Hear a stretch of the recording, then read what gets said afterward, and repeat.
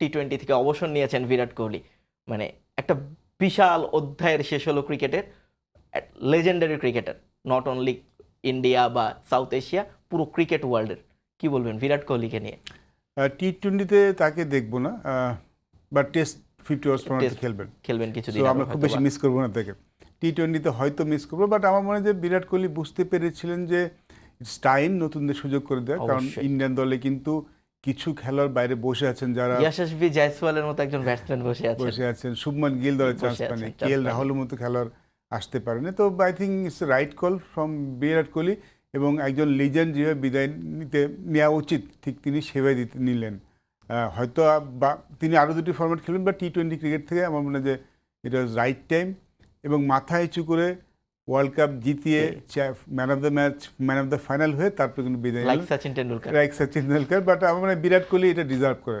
বিরাট কোহলির এই রিটায়ারমেন্ট, মানে ওয়ার্ল্ড কাপ শেষ, যদি তিনি চ্যাম্পিয়ন নাও হতেন তাও তিনি আজকের ম্যাচের পরে রিটায়ারমেন্ট ঘোষণা করতেন, এটা সবাই জানতো।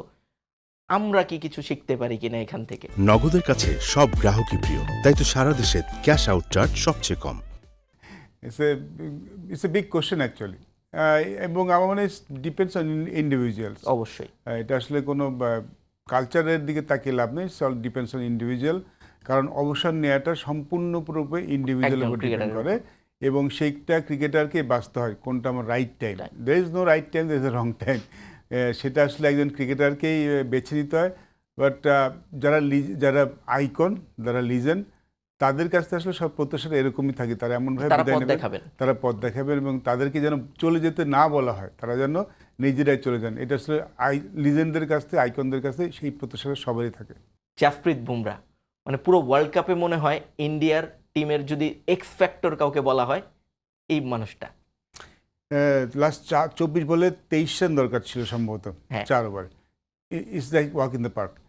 কিন্তু একটা জিনিস সবসময় সাউথ আফ্রিকার মাঝে হচ্ছে, বুমরা 2টি ওভার আছে।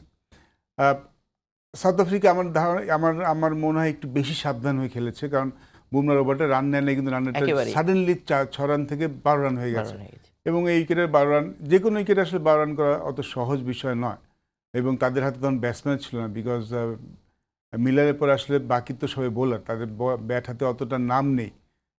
ক্লাসিং আউটটা আসলে অনেক বড় ডিফারেন্স তৈরি করে দিয়েছে। কাটসটা হার্দিক পান্ডিয়া করেছেন, বাট তার আগের ওভারটা বুমরা যে ওভারটা করেছেন, প্রেশারটা ক্রিয়েট করে গেছেন, এবং আমি শিওর যে তাদের মাথায় ছিল বুমরার আরও একটা ওভার আছে, যা করার এই ওভারগুলিতেই করবে। এটা আসলে অনেক বড় একটা পার্থক্য করে দেয়, যখন ব্যাটসম্যান প্ল্যান করেন যে পরে একজন বোলার আছে যাকে আমরা রান করতে পারবো না, এই বোলারটাকে চান্স দিতে হবে। ঠিক আজকে সাউথ আফ্রিকানরা সেই ভুলটাই করেছেন। ক্লাসেন যখন আউট না হতো, পরে কিন্তু বুমরাকেও কিন্তু মারা যেত, but definitely Bumrah made all the difference. শুরুতে স্ট্রাইক করাটা এবং শেষের 2টি ওভার, যে ওভারটা করেছেন, শুধু ভালো বোলিং করেননি, ওই সিচুয়েশনটা ক্রিয়েট করা যেখানে সবাই ভাবছেন যে উইকেট নিয়ে আসতে, বুমরার ওভারটা রান করতে পারবো না, অন্যদিকে রান করতে হবে, এটা আসলে অনেক বড় পার্থক্য করে।